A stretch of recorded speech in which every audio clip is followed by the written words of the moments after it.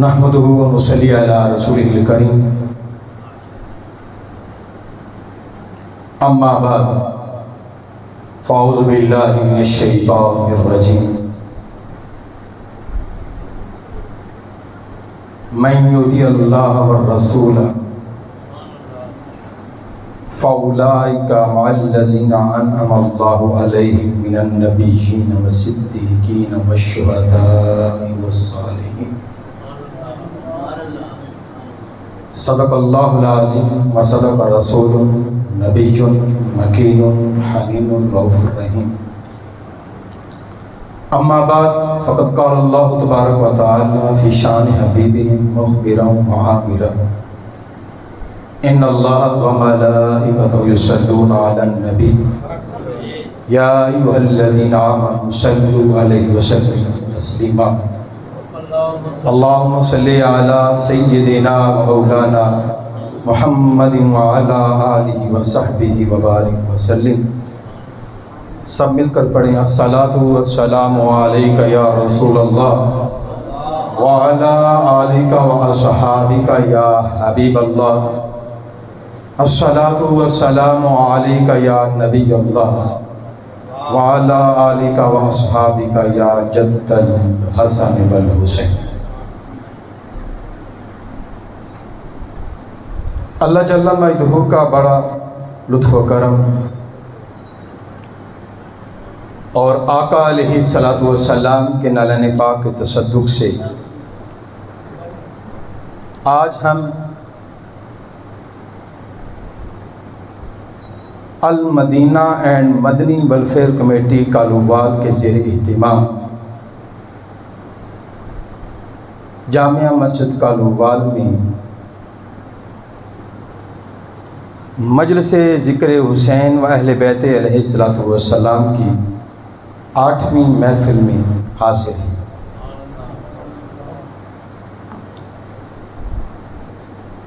جن کی صدارت جناب علامہ شبیر احمد طاہر صاحب اور جناب قاری عمران شہزاد صاحب اور مسجد کی کمیٹی کر رہی ہے، میں سمجھتا ہوں کہ آقا علیہ الصلوۃ والسلام کی خاص توجہات ہیں اس قصبہ کالووال پر کہ جنہوں نے محبت اہل بیت اطہار میں 10 روزہ محافل کا انعقاد کیا اور یہ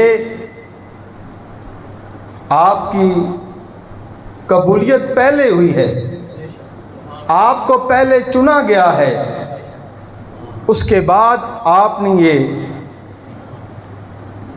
اہتمام کیا ہے اور اشتہار پڑا ہے 10 روزہ محافل اور مجالس کا جو انعقاد کیا ہے، ہر ٹاپک کو زیر غور رکھا ہے۔ اور آج جو میرے ذمہ جو موضوع ہے وہ شہادت امام حسین علیہ الصلوۃ والسلام سیرت النبی کا باب۔ حاضرین محترم، رب کائنات نے حضرت آدم علیہ الصلوۃ والسلام سے لے کر حضرت عیسیٰ علیہ الصلوۃ والسلام تک جتنے بھی انبیاء و رسل مبعوث کیے، جو بھی نبی تشریف لاتے کئی 100 سال گزر جاتے، اس کے بعد رب کائنات نبی رسول کو مبعوث کرتا، اور اس کی وجہ کیا ہوتی؟ کیوں نبی اور رسول مبعوث کیے جاتے؟ کہ شرک میں دوبارہ قوم مبتلا ہو جاتی تھی۔ یہ سلسلہ رب کائنات نے 1,24,000 انبیاء و رسل تک جاری و ساری رکھا، ایک کے بعد دوسرا نبی تشریف لاتے رہے اور شرک کا خاتمہ کرتے رہے۔ جب آقا علیہ الصلوۃ والسلام کی باری آئی تو آقا علیہ الصلوۃ والسلام نے فرمایا کہ اب میرے جانے کے بعد مجھے اس بات کا ڈر نہیں کہ تم شرک میں مبتلا ہو جاؤ گے، تم شرک کرنا شروع کر دو گے، کیونکہ جب بھی قوم شرک میں مبتلا ہوتی تھی تو رب کائنات کسی نبی اور رسول کا مبعوث کرتا تھا۔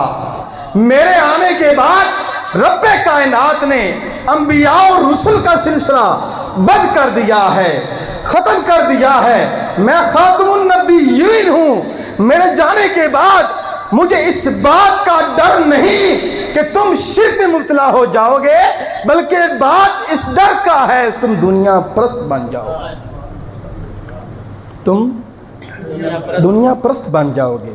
کیونکہ یہ آقا علیہ الصلوۃ والسلام فرما رہے کہ شرک ایسا مرض ہے جس کا قلعہ کما ختم کرنے کے لیے باری تعالیٰ نبی اور رسول مبعوث کرتے ہیں، اور رب کائنات نے یہ سلسلہ بند کر کے سب انبیاء و رسل پر آپ کو فضیلت عطا فرما دی، سب پر فضیلت عطا کی۔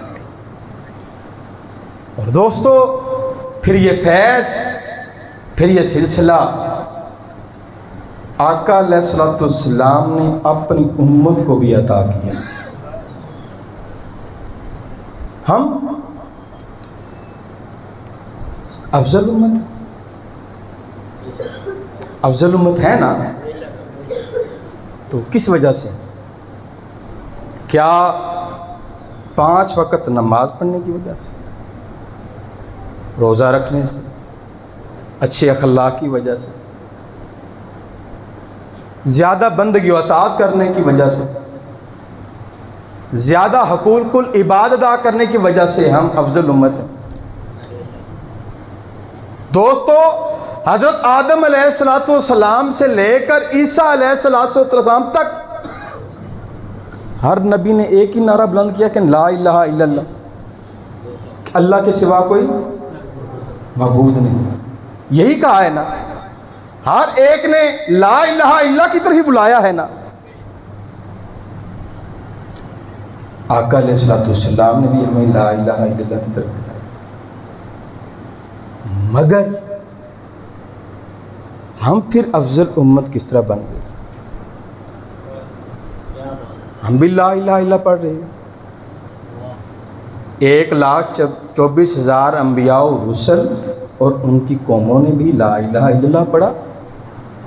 تو رب کائنات نے فرمایا کہ میں نے افضل امت مصطفیٰ اگر بنائی ہے تو وہ اس وجہ سے بنائی ہے کہ باقی قوموں نے، امتوں نے، کسی نے حضرت آدم علیہ الصلوۃ والسلام کے ہاتھ پر لا الہ الا اللہ کہا، کسی نے موسیٰ علیہ الصلوۃ والسلام کے ہاتھ پر لا الہ الا اللہ کہا، کسی نے حضرت عیسیٰ علیہ الصلوۃ والسلام کے ہاتھ پر لا الہ الا اللہ کہا۔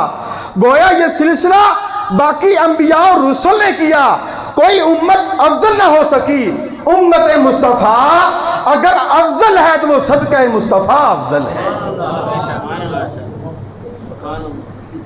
انہوں نے جو کلمہ پڑھا کہ لا الہ الا اللہ محمد الرسول اللہ، دو اگلے 3 الفاظ ہیں، اس وجہ سے رب کائنات نے ہم کو ساری امتوں کا سردار بنا دیا۔ اور دوستو آقا علیہ الصلوۃ والسلام کی وہ ذات ہیں کہ آپ کی ولادت سے لے کر وفات تک جو بھی آپ نے سیاسی، معاشی، سماجی، معاشرتی فعل کیا ہے وہ محفوظ ہے۔ اور یہ بھی اگلی بات ہے کہ حضرت آدم علیہ الصلوۃ والسلام سے لے کر عیسیٰ علیہ الصلوۃ والسلام تک کتنے مارکے ہوئے ہیں؟ کتنے مارکے ہوئے ہیں جس میں قوم نوح کا بھی ذکر ہے، قوم غرق ہوئی ہے، موسیٰ علیہ السلام کا بھی ذکر ہے، دریا نے رستہ دیا ہے، اور پھر آقا علیہ السلام نے خود کتنی غزوات کی قیادت کی ہے، کتنے مارکے ہوئے ہیں، جنگ احد، جنگ خندق، 70 سے زیادہ غزوات لڑی گئی، مگر 1400 سال گزر گئے، حق و باطل کے کسی بھی مارکے کا ہر سال اس طرح ذکر نہیں ہوتا جس طرح واقعہ کربلا کا ہوتا ہے، جس طرح واقعہ کربلا کا اہتمام ہوتا ہے محافل کا، مجالس کا، جن کی قیادت آقا علیہ السلام نے خود کی ہے، پیٹ پہ پتھر باندھ کر غزوات لڑی، خندقیں کھودی، جنگ احد میں دندان مبارک کا ایک ٹکڑا شہید ہوا، جسم سے خون بہا، مگر کسی بھی غزوہ کی یا کسی بھی حق و باطل کا اس طرح ذکر نہیں ہے جس طرح واقعہ کربلا کا ہے، جس طرح شہادت امام حسین علیہ السلام کا ہے۔ وجہ کیا؟ وجہ یہ کہ اس کا اس لیے ذکر ہے کہ یہ شہادت امام حسین علیہ السلام سیرت نبی کا ایک باب ہے۔ میں نے آپ کے سامنے جو آیہ پاک تلاوت کی، سورۃ النساء کی آیہ پاک 69 ہے، باری تعالیٰ جس میں ارشاد فرما رہے ہیں کہ من یطیع اللہ والرسول، جو اللہ اور اس کے رسول کی اطاعت کرے، باری تعالیٰ اچھا جو کرے اطاعت، فرمایا فَأُولَٰئِکَ مَعَ الَّذِینَ أَنْعَمَ اللَّهُ عَلَیْہِمْ، تو میں ان بندوں کو انعام یہ دوں گا کہ من النبیین، انبیاء، صدیقین، شہداء اور صالحین کی معیت عطا فرماؤں گا۔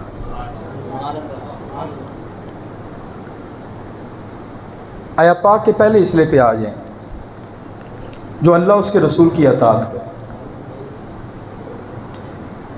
اللہ اور اس کے رسول کی اطاعت کہ ہمارا ہر سانس، ہر لمحہ، ہر گھڑی اللہ اس کے رسول کی رضا میں بسر ہو۔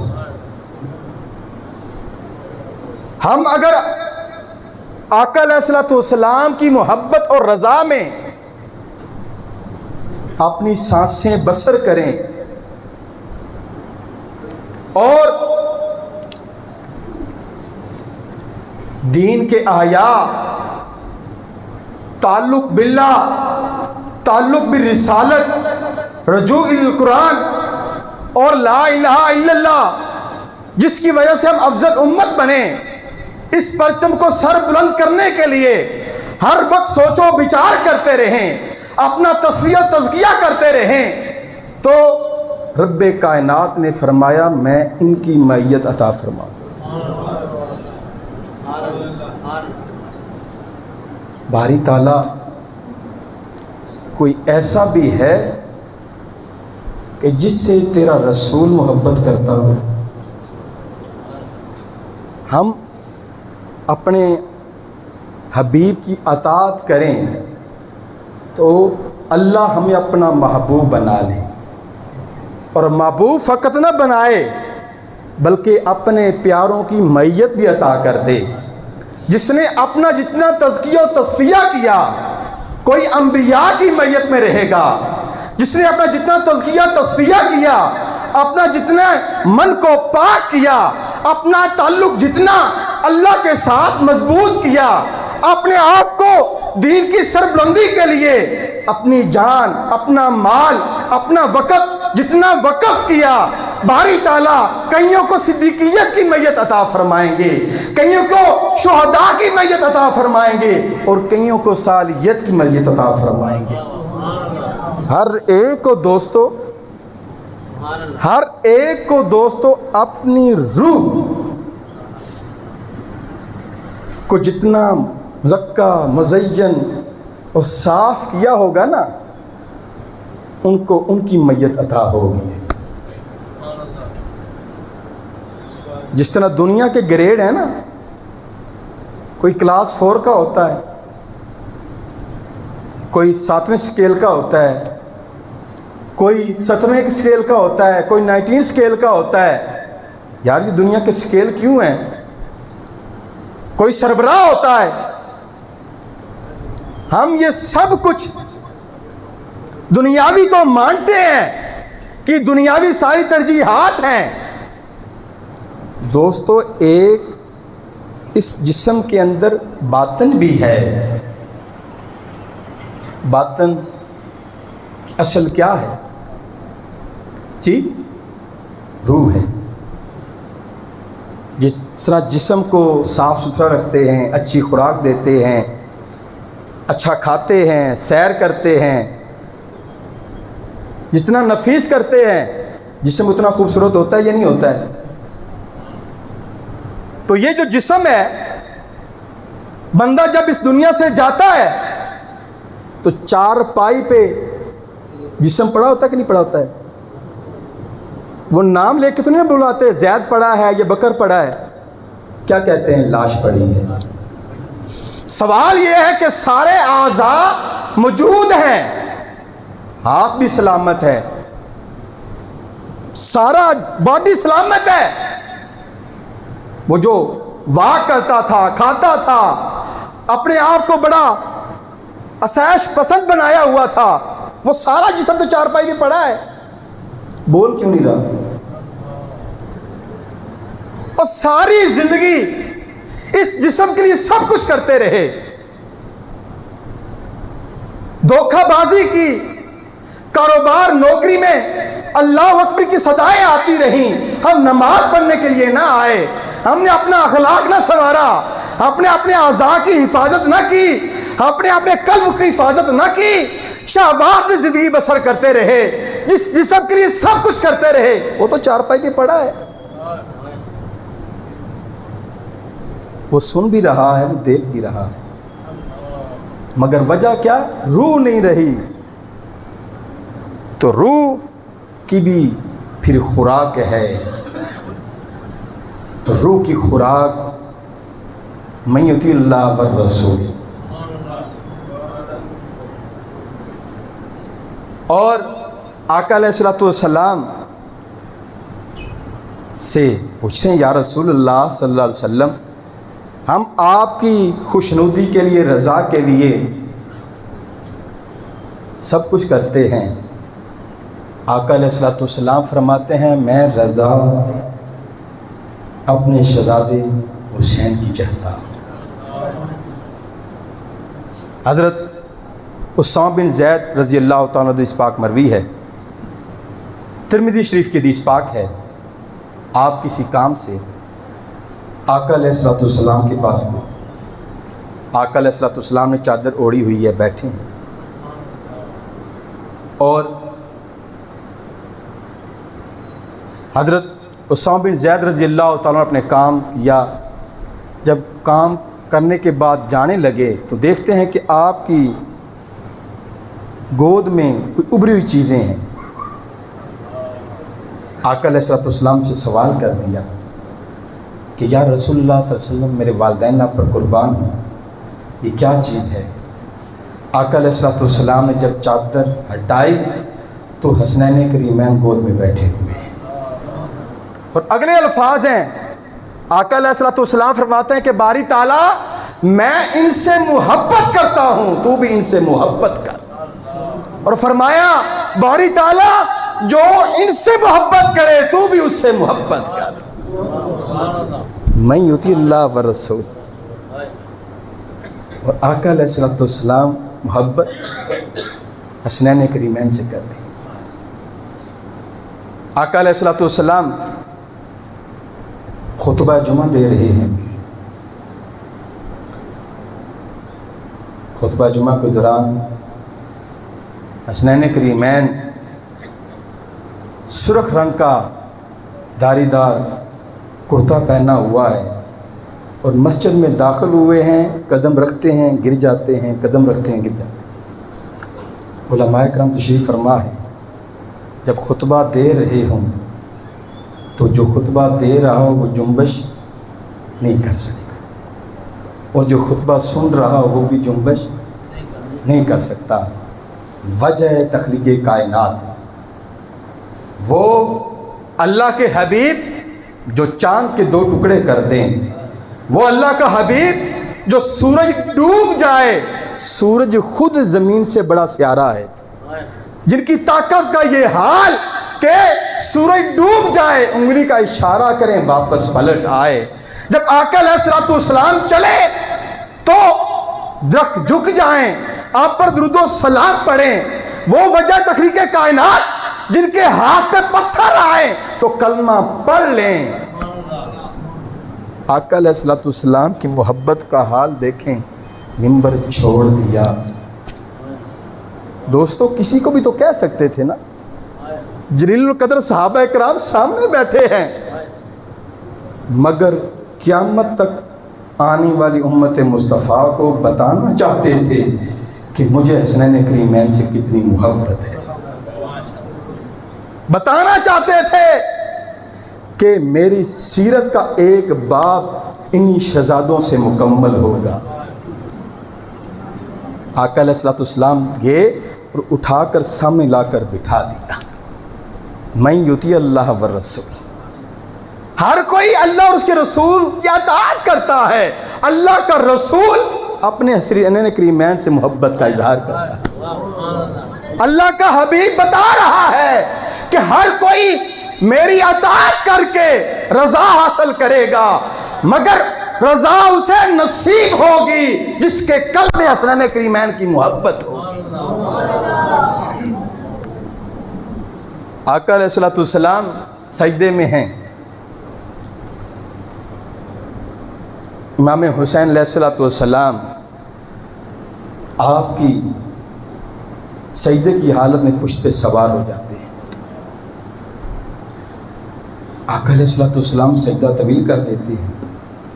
صحابہ کرام پیچھے پریشان ہیں کہ سجدہ اتنا طویل ہو گیا، کہیں سوال پیدا ہوئے سجدہ طویل کا تو نہیں حکم آ گیا، کہیں وہی تو نہیں نازل ہو رہی. فارغ ہونے کے بعد سوال کیا تو دیکھیں اللہ کے حبیب نے امام حسین علیہ الصلوۃ والسلام کا مقام بتا دیا.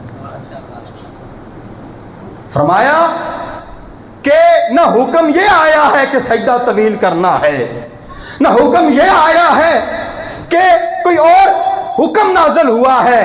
سجدہ اس لیے طویل ہوا کہ میری پشت پر امام حسین سوار تھے، تو میں نے نہیں چاہا کہ امام حسین خود اتر جائیں، میں اتار دوں، بلکہ میری چاہت تھی کہ امام حسین جب تک بیٹھے رہیں میں اللہ کی تسبیح سبحان ربی الاعلیٰ ہی پڑھتا رہوں. کیونکہ آقا علیہ الصلوۃ والسلام کی نظر نبوت دیکھ رہی تھی کہ میں نے تو سجدے سے سر اٹھا لیا ہے، مگر میرا یہ نواسا جب میری سیرت کا باب مکمل کرے گا، جب سجدے میں اپنا سر رکھے گا تو پھر قیامت تک سر نہیں اٹھائے گا. آقا علیہ الصلوۃ والسلام کی محبت یہ بتا رہی ہے کہ امت مصطفیٰ مجھے ماننے والو، تم انبیاء، شہداء، صالحین، صدیقین کی میت حاصل کرنے کے لیے میرے اور اللہ کی اطاعت کرتے ہو. یہ میتیں تجھے اس وقت نصیب ہوں گی جب تمہارے قلب میں محبت اہل بیت اطہار. حاضرین محترم، باری تعالیٰ نے فرمایا کہ جو اللہ اور اس کے رسول کی اطاعت کریں فَأُولَٰئِکَ مع الذین انعم اللہ علیہم من النبیین، میں ان کو انبیاء کی میت عطا کروں گا جو میرے نام یافتہ ہے، اور ساتھ 3 اور بھی ہستیاں بیان کی ہیں، فرمایا صدیقین، شہداء اور صالحین۔ اس سے یہ پتہ چلا کہ انبیاء کے بعد 3 ہستیاں ہیں، وہ بھی اللہ تعالیٰ کو بڑی محبوب ہیں، اور رب کائنات نے اپنا ظہور انبیاء کے ذریعے کیا اور بتایا کہ فقط انبیاء ہی ہدایت کا سرچشمہ نہیں ہے۔ جو کہتے ہیں کہ ہم فقط انبیاء نے جو کہا وہی مانتے ہیں، تو باری تعالیٰ نے فرمایا میں نے اپنے آپ کو دکھانے کے لیے، بتانے کے لیے انبیاء کا راستہ چنا، اور انبیاء نے مجھے دکھلانے کے لیے صدیقین، شہداء اور صالحین لوگوں کو چنا۔ اب انبیاء بھی در مصطفیٰ سے فیض حاصل کر رہے ہیں، کیونکہ آقا علیہ الصلوۃ والسلام امام الانبیاء والمرسلین ہیں، اور صدیقین بھی آقا علیہ الصلوۃ والسلام کے در سے فیض حاصل کر رہے ہیں، صالحین بھی آقا علیہ الصلوۃ والسلام کی صالحیت سے فیض حاصل کر رہے ہیں۔ اب سوال یہ پیدا ہوتا ہے کہ شہداء آقا علیہ الصلوۃ والسلام کی ظاہری شہادت تو ہوئی نہیں ہے، وہ فیض کہاں سے حاصل کریں گے؟ صدیقین، صالحین، انبیاء یہ تو در مصطفیٰ سے فیض لے رہے ہیں، اور آقا علیہ الصلوۃ والسلام جو عمل کرتے ہیں وہ سنت عمل ہو جاتا ہے۔ باری تعالیٰ نے فرمایا قُلْ إِن كُنتُمْ تُحِبُّونَ اللَّهَ فَاتَّبِعُونِی، من اطاع محمد فقد اطاع اللہ۔ مگر سوال یہ کہ وہ فیض شہداء کا وہ کس طرح مل سکتا ہے؟ کیونکہ آقا علیہ الصلوۃ والسلام نے جس طرح کھایا، ہم اگر اسی طرح کھائیں تو وہ کیا ہو جاتا ہے؟ ثواب، سنت ہو جاتا ہے۔ سو رہے ہیں، اگر باوضو ہو کر قبلہ کی طرف منہ کر کے سنت سمجھ کر سو رہے ہیں تو یہ کیا ہو گیا؟ ثواب ہو گیا۔ اب جو اپنی گردنیں اللہ کی رضا کی خاطر کٹوا رہے ہیں، وہ رستہ، وہ دروازہ کیسے کھلے گا؟ شہادت امام حسین علیہ الصلوۃ والسلام، سیرت النبی کا باب جو آج کا موضوع ہے، وہ باب کس نے مکمل کرنا ہے؟ وہ باب حسنین کریمین علیہ الصلوۃ والسلام نے مکمل کرنا ہے۔ آقا علیہ الصلوۃ والسلام کے شہزادوں نے وہ باب مکمل کرنا ہے۔ حاضرین محترم، شہادت کی 2 قسمیں ہوتی ہیں۔ کتنی ہوتی ہیں؟ 2 قسمیں، ایک شہادت سری اور ایک شہادت جہری۔ سری شہادت کیا ہے؟ پانی میں ڈوب کے فوت ہو گیا، شہید ہو گیا، زہر پلا دیا، اس سے شہید ہو گیا۔ اور جہری کیا ہے؟ کہ جو میدان جنگ میں آلس کسی سے بھی وہ اس کی جان نکل گئی، وہ شہادت جہری ہے۔ رب کائنات نے فرمایا کہ یہ میں نے دونوں مقام، دونوں وصف آقا علیہ الصلوۃ والسلام کو عطا کرنے۔ آپ کو علم ہے شہادت سری، جنگ خیبر میں ایک یہودیہ نے آپ کو زہر دیا، ایک ہی لقمہ کھایا تو پتہ چل گیا، مگر صحابی رسول بشیر بن برا رضی اللہ تعالیٰ عنہ کی شہادت ہو گئی، مگر لقمہ تو اتنا زہرآلود تھا اور آپ کو اس زہر کا اثر آخری دم تک رہا۔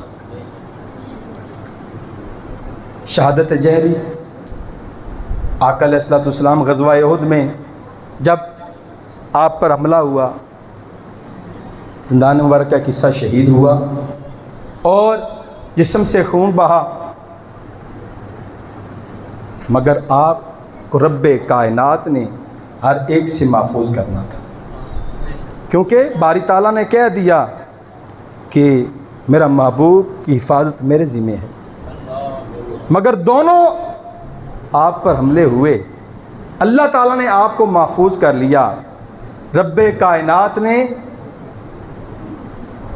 شہادت سری کے لیے حضرت امام حسن علیہ السلام کو چنا کہ ان سے تکمیل پوری ہوگی، اور شہادت جہری کے لیے حضرت امام حسین علیہ السلام کو چنا کہ جو بھی قیامت تک دین کی سربلندی کے لیے، ملک کی حفاظت کے لیے، دین کے احیاء کے لیے جو بھی اپنی گردن کٹائے گا وہ سنت مصطفیٰ بن جائے گا۔ قرآن پاک میں سورہ ال-عمران کی آیہ پاک 61 میں یہ جو آیہ پاک ہے، اس میں آقا علیہ الصلوۃ والسلام حسنین کریمین کو اپنی اہل بیت کہہ رہے ہیں، کیونکہ باری تعالیٰ کو یہ گوارا نہیں تھا کہ کوئی پرایا یہ کام کرے، بلکہ اپنی اہل بیت یہ کام کرے۔ وہ آیہ پاک ہے، باری تعالیٰ فرما رہے ہیں فَقُلْ تَعَالُوا، جب نجران پادریوں کا وفد آیا تو قرآن پاک فرما رہا ہے نَدْعُ أَبْنَاءَنَا وَأَبْنَاءَكُمْ، کہ دونوں بلا لیں اپنے بیٹوں کو، وَنِسَاءَنَا وَنِسَاءَكُمْ، اور دونوں بلا لیں اپنی عورتوں کو، وَأَنفُسَنَا وَأَنفُسَكُمْ، اور دونوں اپنی جانوں کو پیش کر دیں، ثُمَّ نَبْتَهِلْ فَنَجْعَلْ لَعْنَةَ اللَّهِ عَلَى الْكَاذِبِينَ، پھر میری بارگاہ میں پیش کر دیں، مبالغہ کریں، جو جھوٹا ہوگا اس پر اللہ تعالیٰ کی لعنت ہوگی۔ اس آیہ پاک میں آقا علیہ الصلوۃ والسلام اپنے آپ کو پیش کر رہے ہیں، حضرت علی کرم اللہ وجہہ کو پیش کر رہے ہیں، حضرت فاطمہ الزہرا علیہ السلام کو پیش کر رہے ہیں، اور حسنین کریمین کو پیش کر رہے ہیں۔ اور مسلم شریف کے حدیث پاک ہے، آقا علیہ الصلوۃ والسلام نے فرمایا اللہم ہؤلاء اہلی، کہ باری تعالیٰ یہ میری اہل بیت ہے۔ اور قرآن پاک سے یہ ثابت ہوتا ہے کہ جو نواسا ہے وہ نانا کا بیٹا ہے، جو نواسا ہے وہ نانا کا بیٹا ہے۔ کیسے؟ حضرت عیسیٰ علیہ السلام آپ کے والد تھے، لیکن آپ بنی اسرائیل ہیں، حضرت یعقوب علیہ السلام کی اولاد سے نسبت ہے، آپ کا شجرہ نسب بنی اسرائیل حضرت یعقوب علیہ السلام کے ساتھ نسبت ہے۔ حضرت عیسیٰ علیہ السلام کی ولدیت، آپ کے نسب جو ہے وہ یعقوب علیہ السلام بنی اسرائیل کا ہے۔ قرآن پاک میں یہ آیا ہے، اور آقا علیہ السلام نے بتا دیا کہ حسنین کریمین میری اولاد ہیں، میرے بیٹے ہیں۔ یہ حدیث پاک ہیں، ذرا گفتگو طویل ہو جائے گی، تو آقا علیہ السلام نے فرمایا یہ میرے بیٹے۔ اور حاضرین محترم، آقا علیہ السلام نے کی نبوت کی نظر دیکھ رہی تھی کہ میرے یہ شہزادے دین کی سربلندی کے لیے اپنا سارا خانوادہ پیش کر دیں گے۔ آقا علیہ السلام کی محبت کا کمال آقا علیہ الصلوۃ والسلام فرماتے ہیں حسین منی وانا من حسین۔ دوستو یہ تو سوال پیدا ہوتا ہے کہ یہ تو ٹھیک ہے کہ باپ سے بیٹا ہو، وانا من حسین، یہ کیسے ٹھیک ہو سکتا ہے کہ بیٹا بیٹے سے باپ ہو؟ یہ تو سمجھ میں نہیں آتی۔ آقا علیہ الصلوۃ والسلام نے فرمایا کہ حسین منی، میرے حسین کے اندر جتنی بھی خوبیاں ہیں، جتنا بھی حسن و جمال ہے، جتنی بھی دین کی سربلندی کے لیے جو بھی اچھائیاں ہیں وہ مجھ سے ہیں، اور وانا من حسین، اور میری شہادت کا جو باب ہے وہ میرے حسین سے مکمل ہوگا۔ قیامت تک پھر دین مصطفیٰ میرے حسین علیہ الصلوۃ والسلام کا محتاج رہے گا۔ حاضرین محترم، بہت خوشی ہوئی جب پتہ چلا کہ جامعہ مسجد کالووال میں 10 روزہ محافل کا انعقاد ہوتا ہے۔ اب ہمیں یہ بھی سوچنا چاہیے، یہ بھی سمجھنا چاہیے کہ جو سمجھنے والی بات ہے کہ فقط یہ محافل کرا لینا کیا ہم بری ذمہ ہو جاتے ہیں؟ فقط دودھ کی سبیل لگا لینا، لنگر پیش کر دینا، ہم بری ذمہ ہو جاتے ہیں؟ حاضرین محترم، امام حسین علیہ الصلوۃ والسلام آپ کی کربلا میں کس وجہ سے یہ سارا واقعہ پیش آیا؟ 2 طاقتیں تھیں، ایک طاقت حسینیت اور دوسری طاقت یزیدیت۔ یہ 2 کردار تھے اور یہ قیامت تک یہی کردار چلیں گے۔ یزیدیت کردار کیا تھا دوستو؟ وہ اسلام کا نام لینے والا تھا مگر بد کردار تھا، مسجد کو حق مانتا تھا مگر زانی تھا۔ وہ چاہتا تھا کہ میں دین کے تابع نہ ہوں، میں میت اللہ و رسول نہ کروں، بلکہ جس طرح میری خواہش ہو اسی طرح میں کروں، جس کی چاہوں میں عزت لوٹتا رہوں، جس کا چاہوں میں حق کھا لوں، جس کا چاہوں میں قبضہ کر لوں، جو مرضی کچھ کرتا رہوں، مجھ کو کوئی پوچھنے والا نہ ہو۔ یہ یزیدیت کردار ہے۔ آج اگر ہم سوچیں، ہم دیکھیں تو پاکستان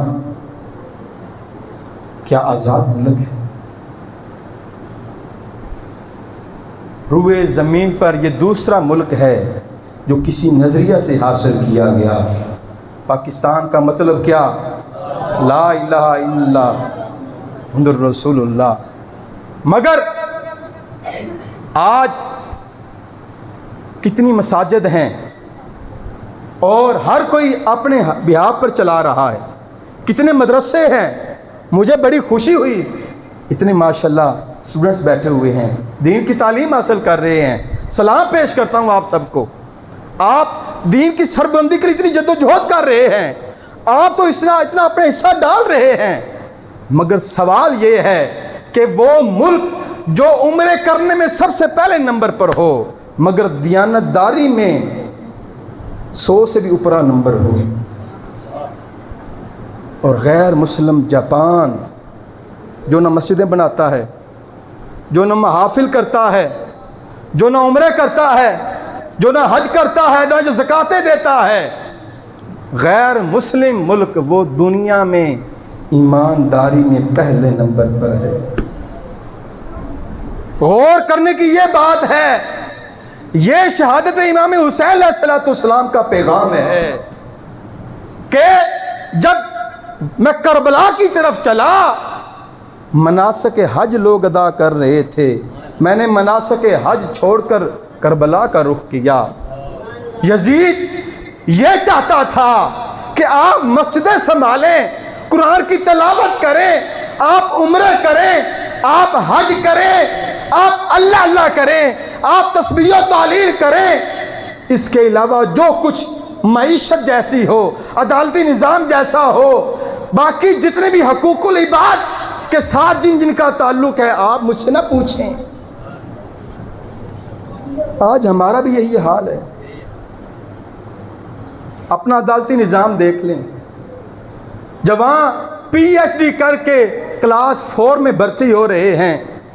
دوستو، عزتیں کسی کی محفوظ ہیں؟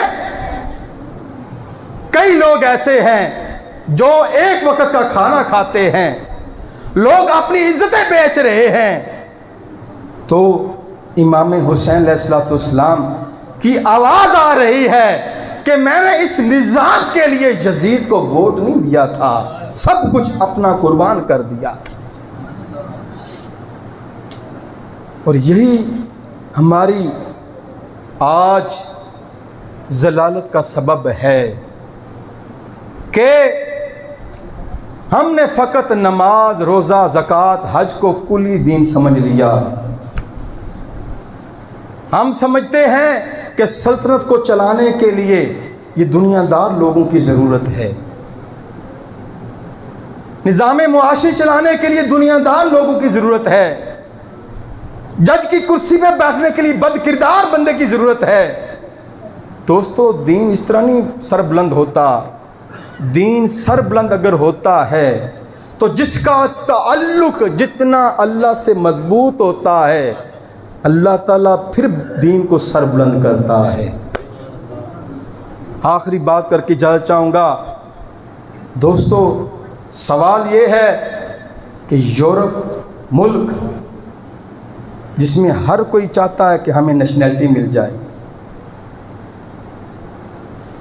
کیوں؟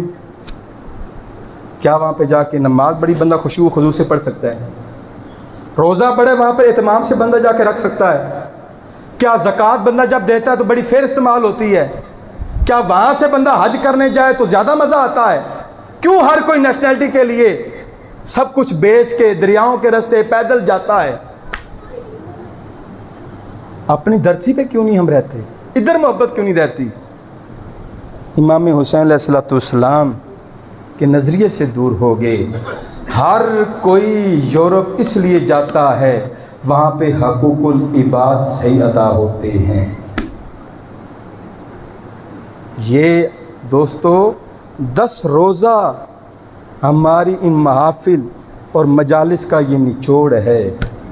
امام حسین علیہ السلام نے فرما دیا، بتا دیا، اور سب کچھ قربان کر کے یہ پیغام دے دیا کہ جب حقوق العباد چھینے جا رہے ہوں تو وہ حسین جس نے وجہ تخلیق کائنات کے کندھوں پہ سواری کی، وہ امام حسین جن کے لیے وجہ تخلیق کائنات نے سجدوں کو طویل کر دیا، وہ حقوق العباد کے حقوق کے لیے سارا کنبہ پیش کر دیتا ہے۔ دوستو، آئیں، یہی آج کا پیغام ہے، اور یہی تحریک منہاج القرآن کا پیغام ہے کہ جہاں پہ ہم نماز کی پابندی کرتے ہیں، جہاں پہ ہم اپنا تعلق قرآن کے ساتھ مضبوط کر رہے ہیں، جہاں پہ ہم اپنا تعلق آقا علیہ السلام کے ساتھ مضبوط کر رہے ہیں، وہاں پہ امام حسین علیہ السلام کا یہ بھی پیغام ہے کہ اپنی قوم کے حقوق کے لیے بھی اپنی جانیں پیش کرنی چاہیے۔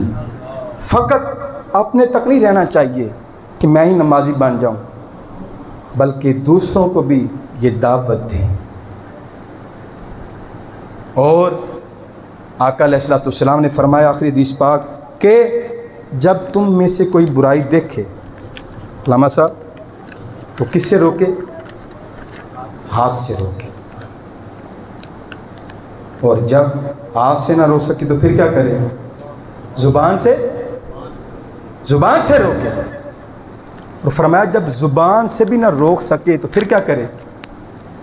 جی، دل میں برا جانے، اور دل میں برا جاننا ایمان کی کمزور ترین علامت ہے۔ علامہ صاحب، بندہ 5 وقت کا نمازی ہو، ہر رات 100 نفل پڑھنے والا ہو، کثرت سے درود شریف پاک پڑھنے والا ہو، مدرسے چلا رہا ہو، مسجدیں چلا رہا ہو، خیرات کرنے والا ہو، اور اگر برائی دیکھ رہا ہو، ہاتھ سے نہ روک سکے، زبان سے نہ روک سکے، دل میں اگر برا جانے تو ایمان کمزور ترین ہے۔ ہم کس دین کے پر عمل کر رہے ہیں؟ امام حسین علیہ السلام فرما گئے کہ ہمارا مرنا جینا جو ہے وہ دین کی سربلندی کے لیے ہے۔ ہم اتنے غیرت مند ہوں کہ اپنے اوپر کسی بد کردار کو، کسی فاسق کو، کسی فاجر کو جس کا اللہ اور اس کے رسول کے ساتھ کوئی تعلق نہ ہو، ہم اس کو اپنا حاکم نہ مانیں۔ جب ہمارے اندر یہ ضمیر زندہ ہو جائے گا دوستو، پھر یہ شہادت امام حسین علیہ السلام کی محفل رنگ لے آئیں گی۔ اور اگر فقط اسی طرح چلتے رہے تو ثواب تو ملتا رہے گا مگر ایمان کمزور ترین ہوگا۔ اللہ تعالیٰ سے دعا ہے کہ اللہ تعالیٰ عمل کی بھی توفیق عطا فرمائے۔